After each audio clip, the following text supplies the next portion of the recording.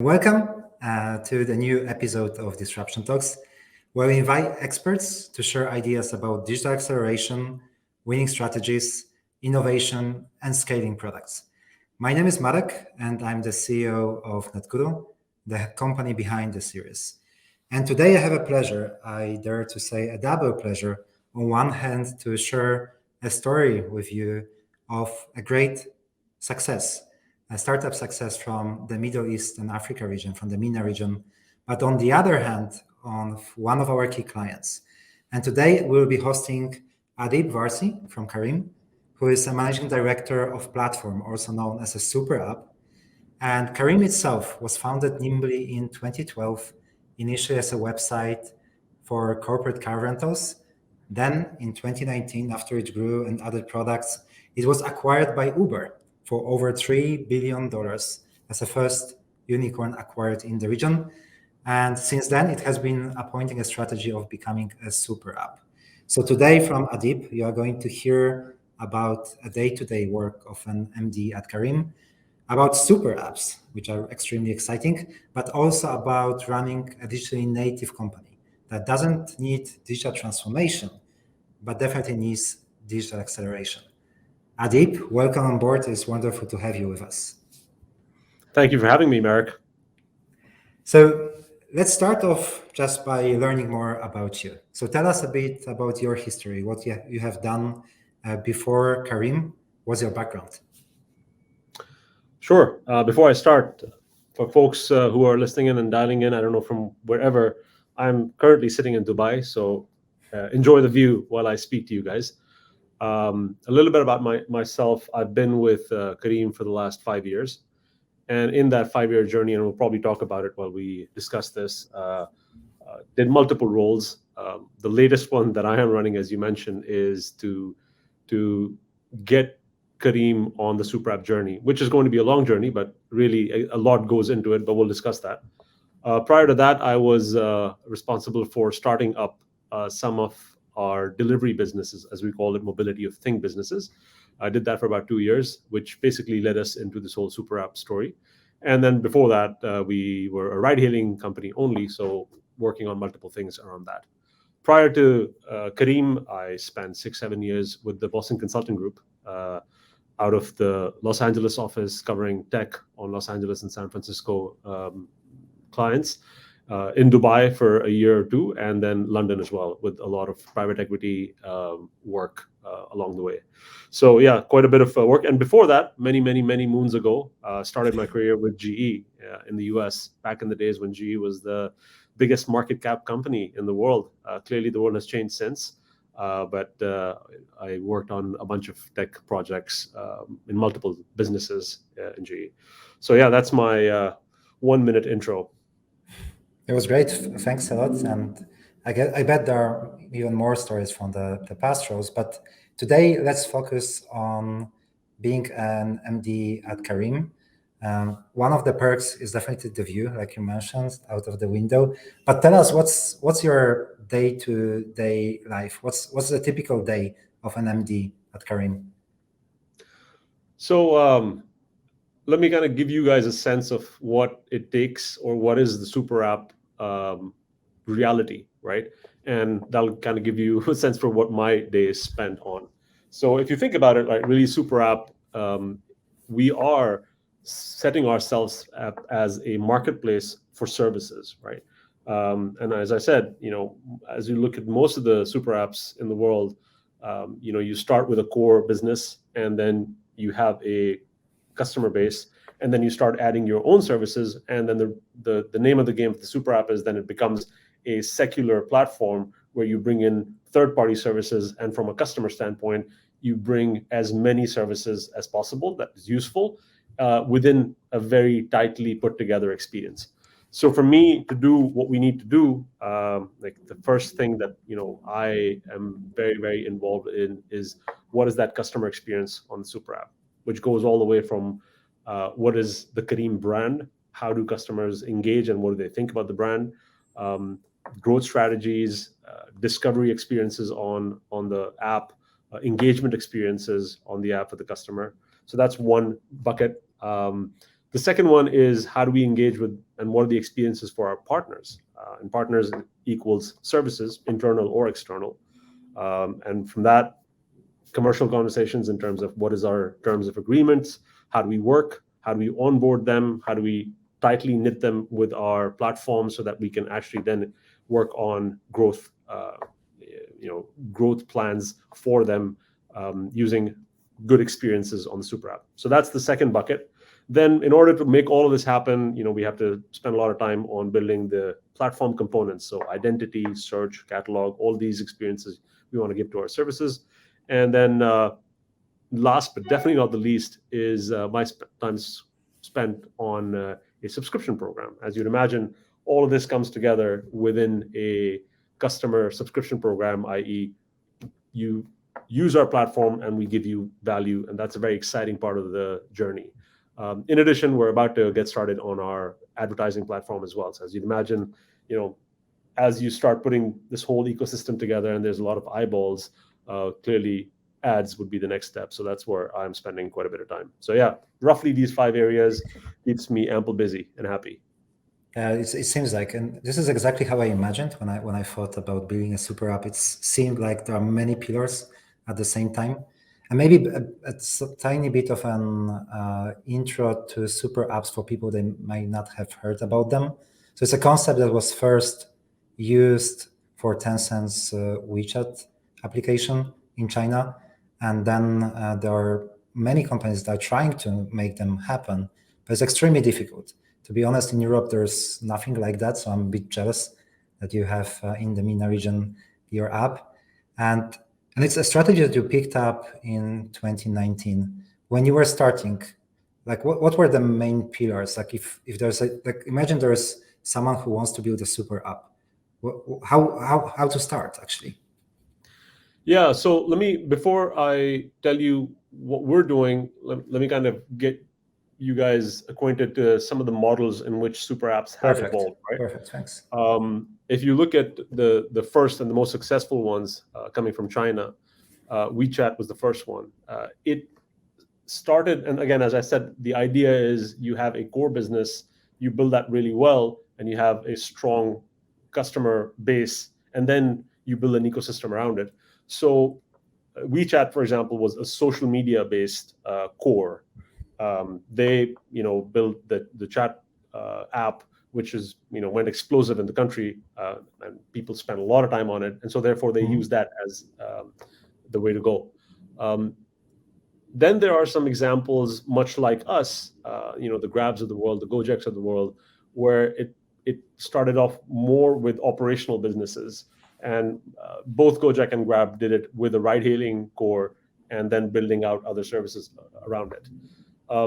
So we are in that second category, and our path has been that as well, where ride-hailing was our core, and then we basically got from there, added a couple of services which are, as I said, more delivery-based. Then we added pay, and from here the game has started. So yeah, so those are the two contexts. For us, the whole idea for becoming a super app, and we can talk about it later as well, success was hinged on how do we increase, one, the number of transactions on the super app, on the app, and so therefore what services do we need to make that happen, and second, retention, right? The idea is you want more and more of the customers coming back and staying in and using as many services as possible. So everything that we've done so far is basically around that. If you look at it, you can consider the businesses on top as verticals, so ride-hailing, food, groceries, and there are many, many more. And then horizontals would be the pay business or the pay use cases, fintech, everything around fintech, and making the digital payment ecosystem for the customer. So that's basically what we have built this thing on. Now, if you talk about the fact you mentioned that you're jealous that you don't have a super app in Europe, there's a lot of conversation about that, of course, and there's no one answer to it in terms of why there are super apps in one part of the world, why there aren't. Our view is, and we believe it strongly, is both from China, when you look at it, why China did it, why some of the Eastern Asian economies have super apps, and now we're leading that in the Middle East. I think there's a lot to do with the fact of the maturity of infrastructure on which these businesses are built. And in our region, when we started Careem 10 years ago, we have done a lot to put together the basic infrastructure that a business needs to grow.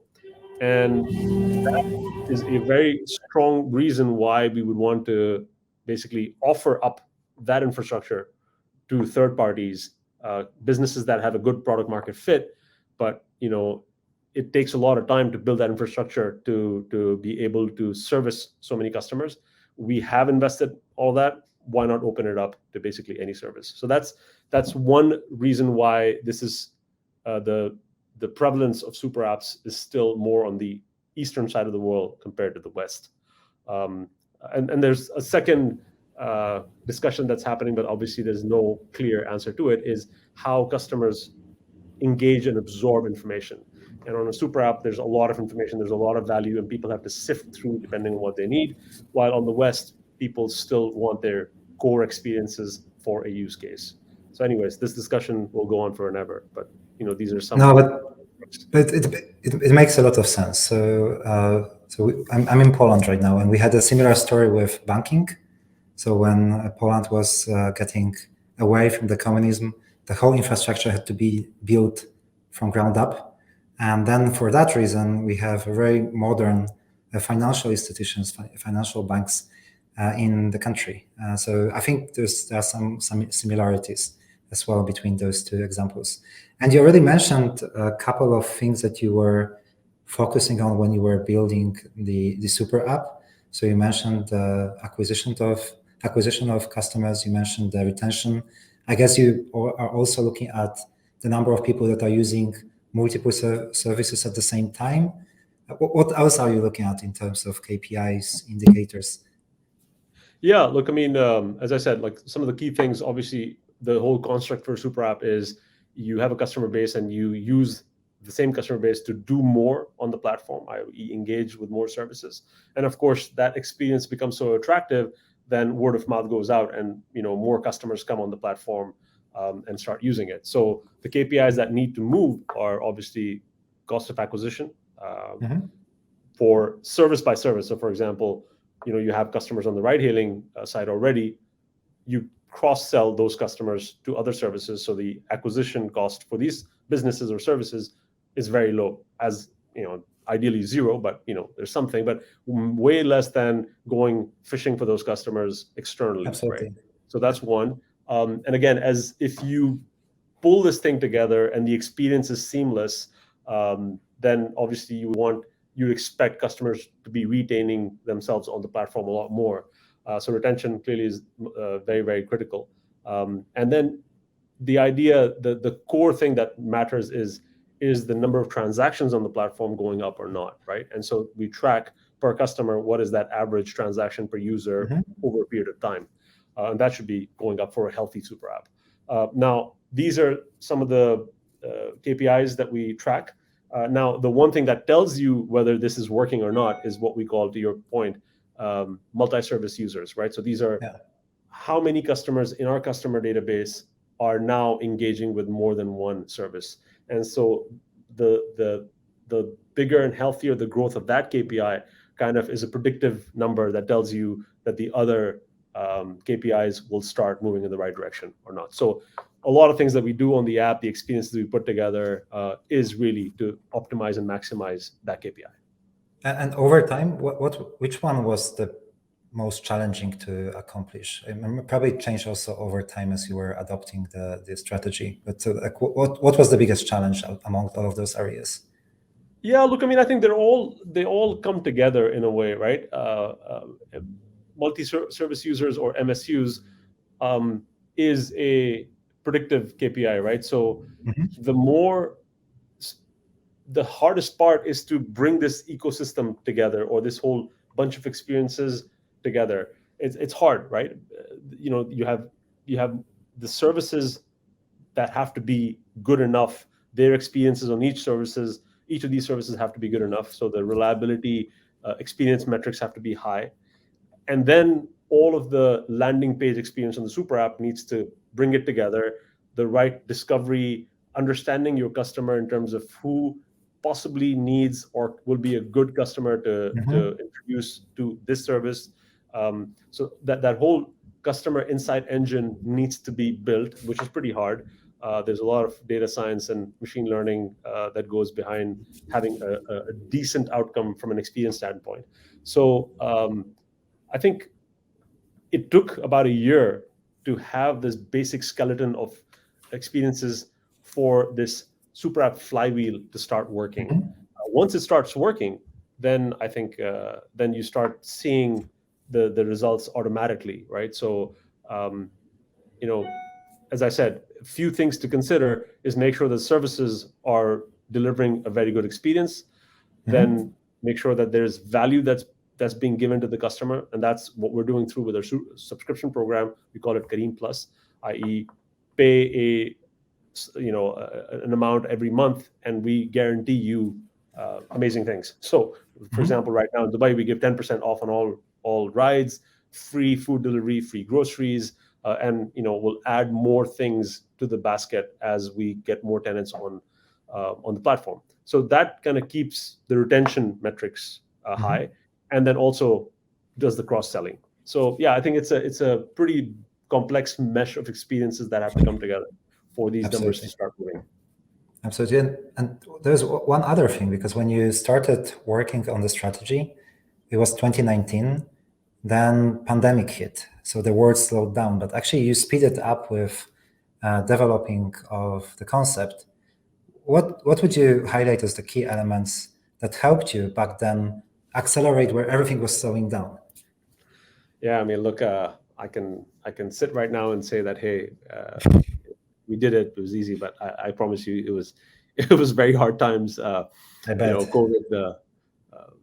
We like to wipe. Everyone would like to wipe those memories from our heads. But I mean, any calamity or any bad situation is also an opportunity, right? So what was clear for us was, we already had intentions of becoming super app anyways, but we thought that at the time when basically the world came to a halt, we knew that our core business, ride hailing, is going to be hit, which obviously it did, and it was true across the world.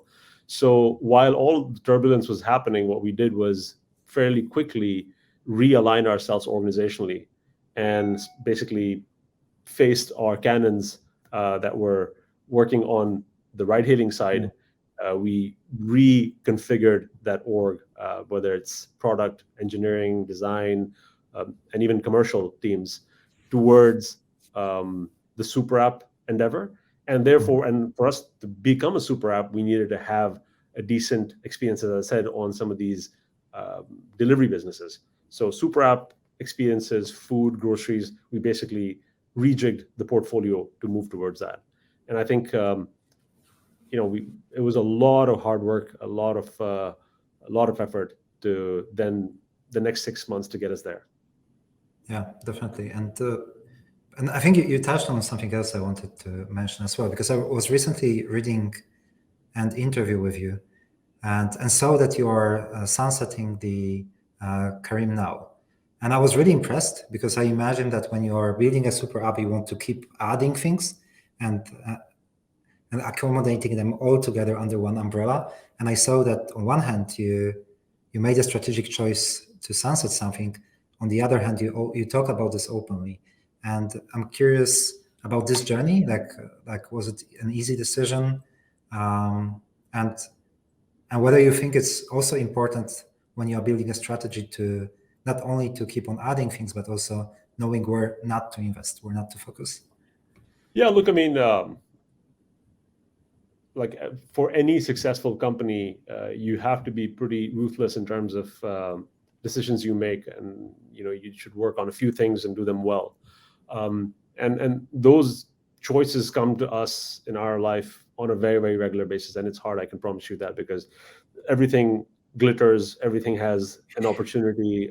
It's very exciting, and yeah, it gets you really excited about things, but you have to make those hard calls. Now, on the specific question that you asked about Careem Now was a sub brand that we started in 2018, and I was leading that because, as I said, we were a ride hailing company, and this is an important point.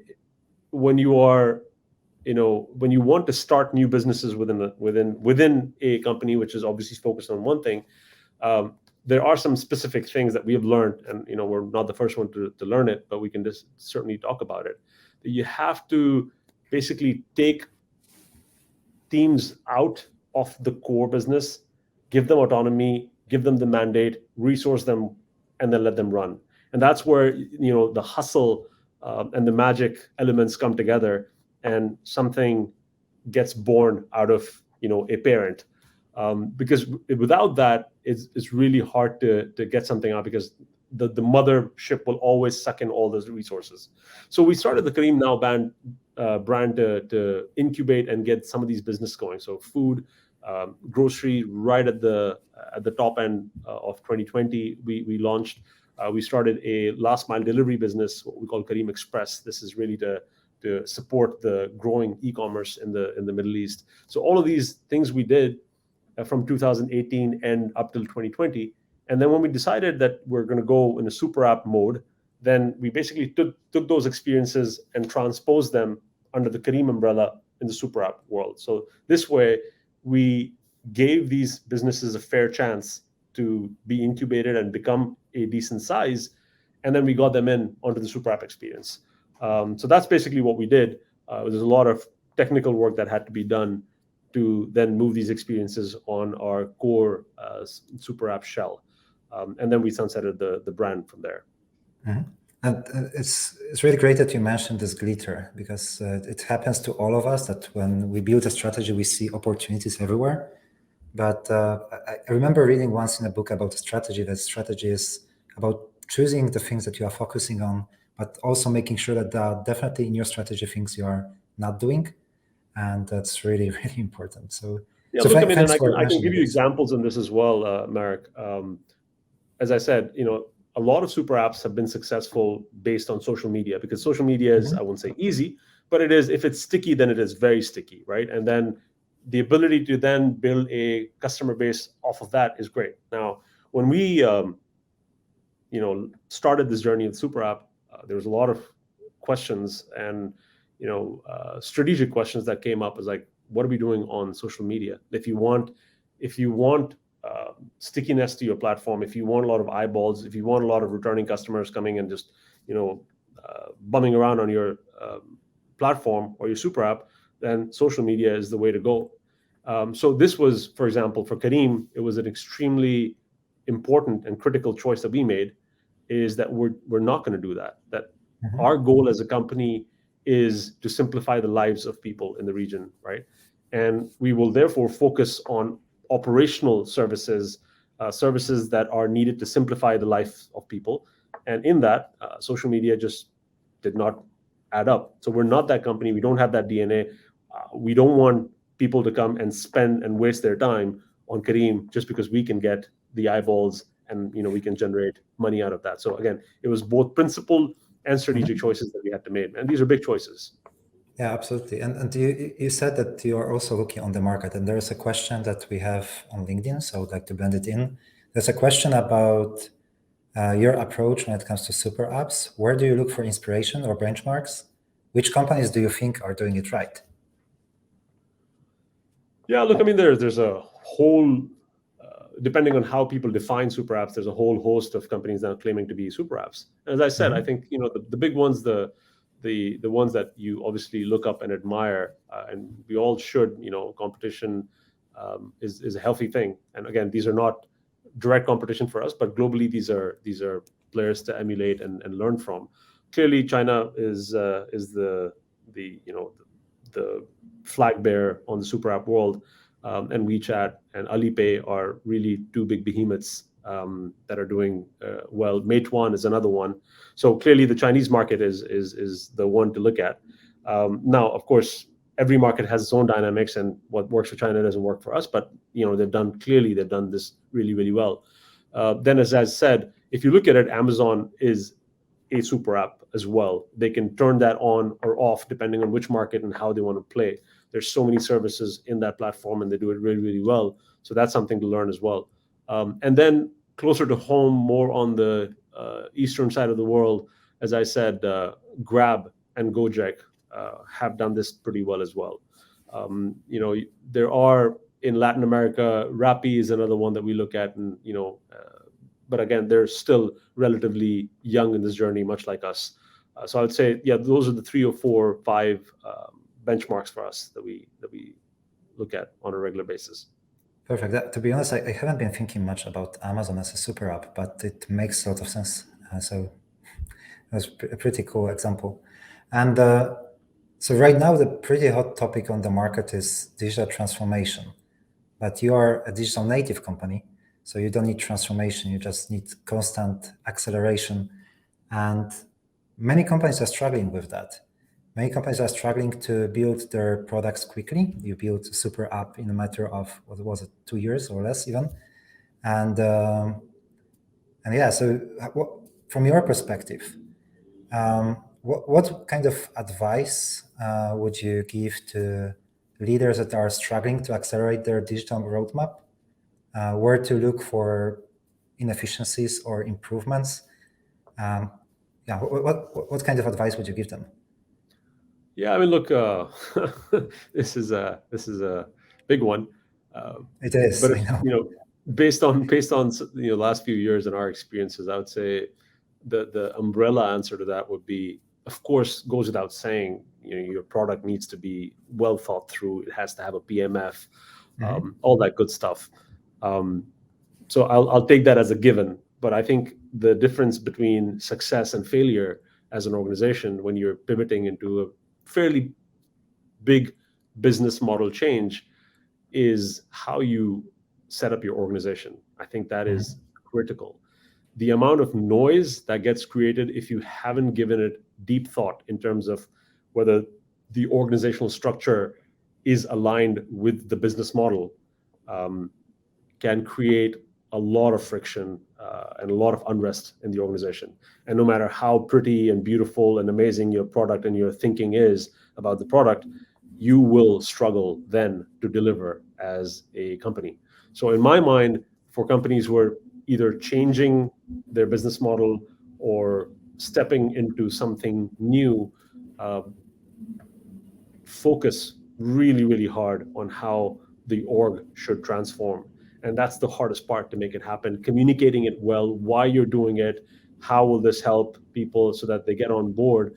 And when you do hit the right PMF of your organization, you will know it because the noise goes down. The speed at which you start delivering things becomes much, much higher. So I think that is the most critical thing from a leadership standpoint to get it right. Everything else basically follows from there, whether it's KPIs and products and themes. It goes without saying, then the last part, which is critical, is resourcing. So, but again, the resourcing can only marry and map how you organize yourself. So get that thing right, spend enough time on it, and the rest will follow. It cannot be beaten around. All right, so you start with the vision and strategy. You make sure that the org and the approach and the structure is adapted, and then team, resources, and execution, right? That's correct. I mean, again, I'm simplifying it, but that's the only way to answer this question, right? Yeah, again, exactly. I mean, the org structure is about. So the thing is, like, not all businesses understand what business model they're stepping into. They have a rough idea of where they want to go, but answering the question of, like, what does that mean to your business model, and understanding that then drives what the org needs to support that business model. And that's where a lot of companies fail, and that's where there's a lot of noise that gets created in the system. And you touched also on the human aspect of making it happen. And there was this nice quote from the Oracle's CEO, Safra Katz, that the hard thing about these transformations isn't the technology, it's sociology. What do you think about that? Would you agree? Oh man, that's 100% true. That's 100% true, right? I mean, as I said, like, you can be as excited as you need to be, and I'm in no way minimizing how important the real product and the thinking around that is. Absolutely, it is critical. It's amazing how important that is. But yeah, the difference between a successful company and a not so successful company is the social part of all of this? How do you bring this together with the people? How do you get them on board? How do you make sure that even the changes that have to happen rapidly happen with their understanding, with their commitment, and their enthusiasm behind it? Or else it becomes very, very hard. Absolutely. And I mean, recently we are seeing the increasing number of people working remotely. That it just makes it harder to build this connection and to make it happen. Yeah, look, this is something that companies like us and a lot of early-ish companies in the world today will have to grapple with. There are no clear answers yet. Now, I would say is we are still committed as a company to remote first, absolutely. But of course, as you imagine, if you look at this remote working as a product, then I don't think we have PMF yet. So there's a lot of work still need to be done. And of course, every company will have its own flavor of PMF. So we're all striving towards that. But I think it'll only happen if you have the commitment to it, and we should certainly do. But we'll have to find our, whatever we need to polish, we need to clean up and shape up for it to work for us. I would say the more mature companies will have it easier, where the product and the business models are more defined, then remote will work much, much better. But I think where organizations where they're jumping into something new, or there's always something changing, we'll have to get there soon, hopefully. And you mentioned that you have full commitment to being a remote first.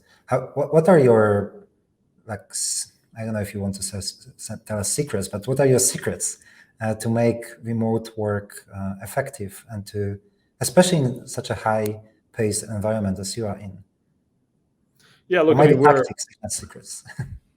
As I said, I don't think anyone has the answers yet. We are investing in some areas in this to land there. Clearly, as I said, I think if you get your org right, then a lot of these issues or the amount of collaboration you need to do or the amount of autonomy you can optimize or maximize goes a long way, right? So the more autonomous teams are, the better the chance that remote is going to work as well, right? So then one team can basically deliver everything it needs to deliver, and it's easier to then synchronize, collaborate, and get things done. When the collaboration increases across horizontally in a big company, that's where the chances of remote, creating trouble increases. So I think everything goes back to the structure again. So once you get your structure right, then set these teams in an autonomous way, put some processes in terms of when the larger teams or functions come together, minimize these meetings, minimize these touch points, and optimize the tools for good level of collaboration. I don't think the tools are there yet. For example, Zoom works out well for meetings, but how do you whiteboard in a meaningful way, without being in one room? So I'm sure there's like a bunch of digital tools that are popping up, but there's none that I know mainstream that kind of works for everybody to really do the whiteboarding. And that's what's needed for new products, new ideas, new problems to solve. So I think that's where the focus is going to be. The rest is more around processes. Yeah, but you mentioned one more important thing. So structure, yes, tools, yes, but you also mentioned culture. So teams to be autonomous, for trust to be built between the people on board. And it's something I also really believe in, that there needs to be a really strong culture full of trust and partnership in order to make remote really work. Yeah, that's exactly right. And that's where I think the struggle is, where, high performing teams that are already doing well can go into remote mode, and that's okay because everybody knows each other, and everyone knows what they need to do.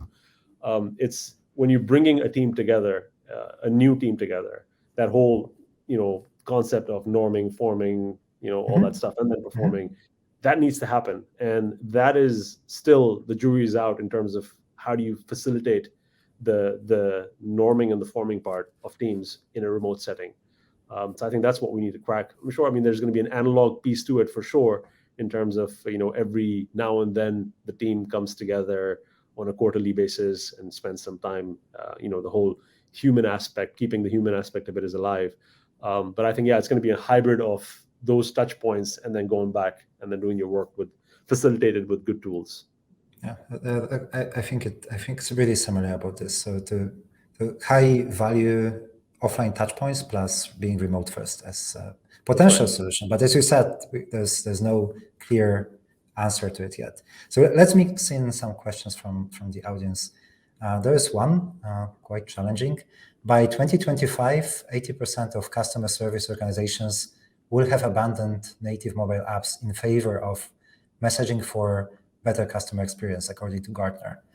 How do you want to deal with this trend? Help me understand, and probably Marek, let's try to figure it out together. So I think that the idea is that the native apps may lose users if there are because of the better customer experience. This is how I understand it. Yeah, look, I mean, I completely agree and understand that customer experience is the bar, and that's going to go higher and higher for a successful platform. Now, I don't know if native apps is the reason why the experience is bad or not. I don't think so.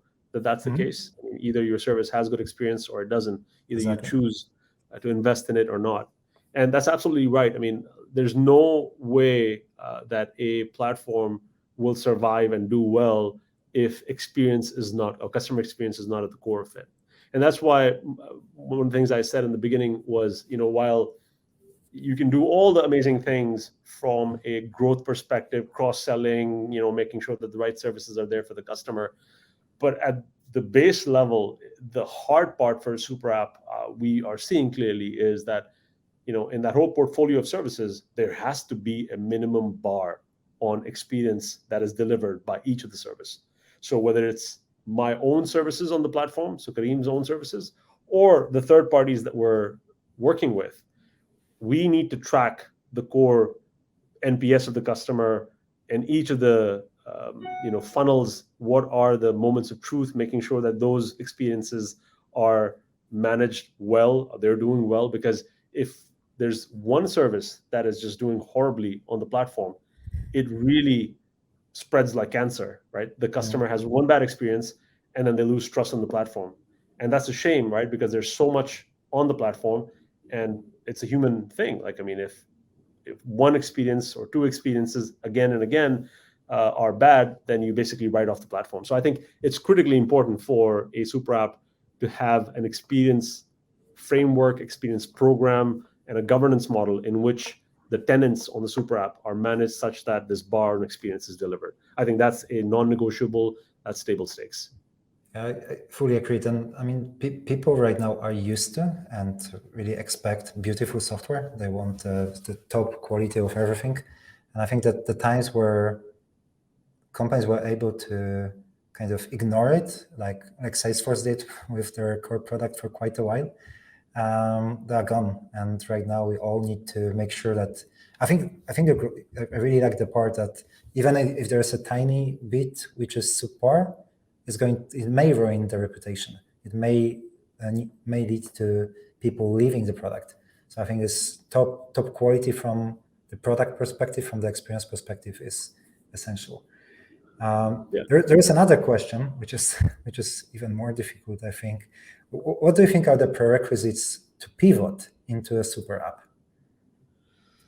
Yeah, it's a good one. So I think let me marry this answer with when I started in terms of what are some of the super app models, right?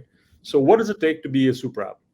I mean, clearly you need one home run, right, of a service where you start and you have enough customer base or traffic on your app.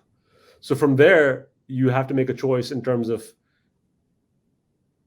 do you want to keep that as the core? If that's very, very large, like in the case of WeChat and Alipay, where either it was social media sort of a core, or it was a finance core, which again, digital payments is a huge platform, and there's a lot of a huge customer base there.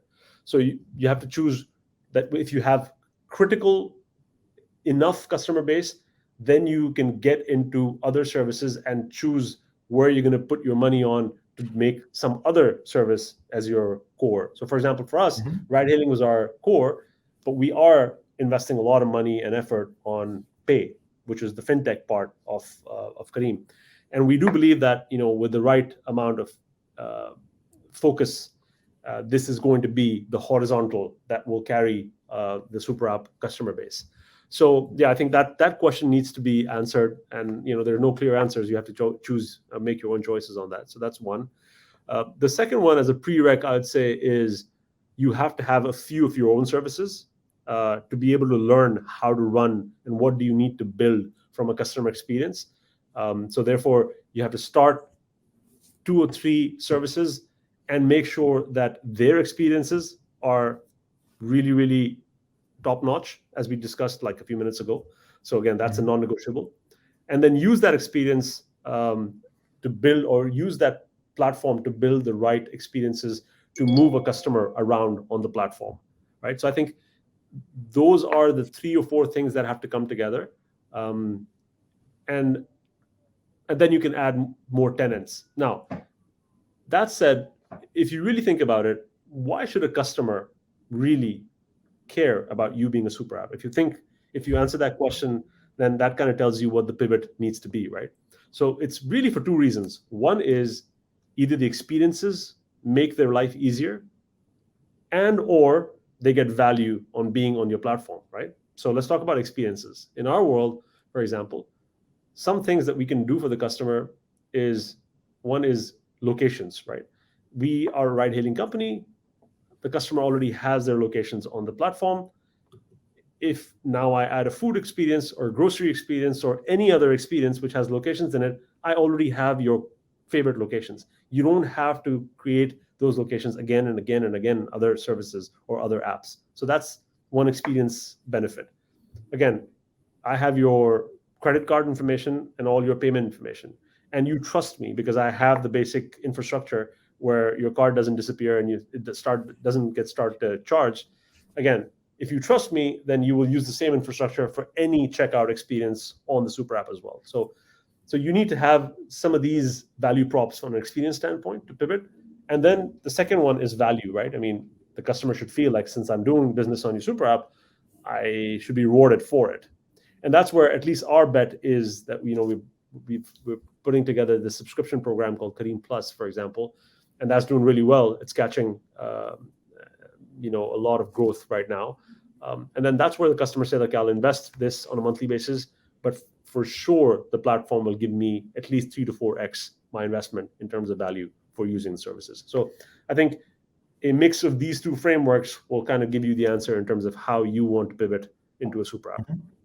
And you mentioned about trust. It was something that I haven't been thinking about, but it makes a lot of sense that when you have a super app, there's a certain level of trust that you have towards your brand. So when you are adding new services to it, people are more likely to use them because they don't have, there's no gap of being a new player on the market. It's all Careem. So I imagine that this is also really important, also in terms of managing the relationship with the customer to make sure that this trust is maintained at all times. That's right. I mean, look, it's easy to say, but it's very, really hard to execute on, right? I mean, it's hard enough when you run just one service and to make sure that brand and that trust is there. But again, as you start creating or adding more of your own services and then bringing on third parties, the onus and the responsibility is on you as a platform to make sure that this trust and the expectations from the customer is not broken. And that's predominantly around payment infrastructure because that's critical. But also some of these experiences that I said, for example, the location experiences, like these experiences have to be good and stable and repeatable so that every experience on the super app just feels familiar, right? I mean, it can't be that, you're doing food and it feels like a different app, and you're on ride hailing and it feels like a different app. Some of these core moments of truth have to be very, very familiar for the customer. And that's the hard part. And it's a journey, and we're definitely on that journey. There's still a lot to do. Yeah, absolutely. So let's talk about being lean or being effective at the end. So I was recently watching one of the interviews with Mudassir, CEO of Careem, and he mentioned that the core of the business, the ride-hailing business, is being profitable already. We also had last week, 2 weeks ago, a speaker on our talk from Bolt, VP of Product, Adrian, and he mentioned that when they were competing on the market, they were from Eastern Europe, and it was really interesting because one of the advantages, he said, was that they had limited access to capital. And because of that, they had to make everything extremely effective. And that led them to make those services profitable. Because many, if not all, of the services you have in the super app are really disruptive.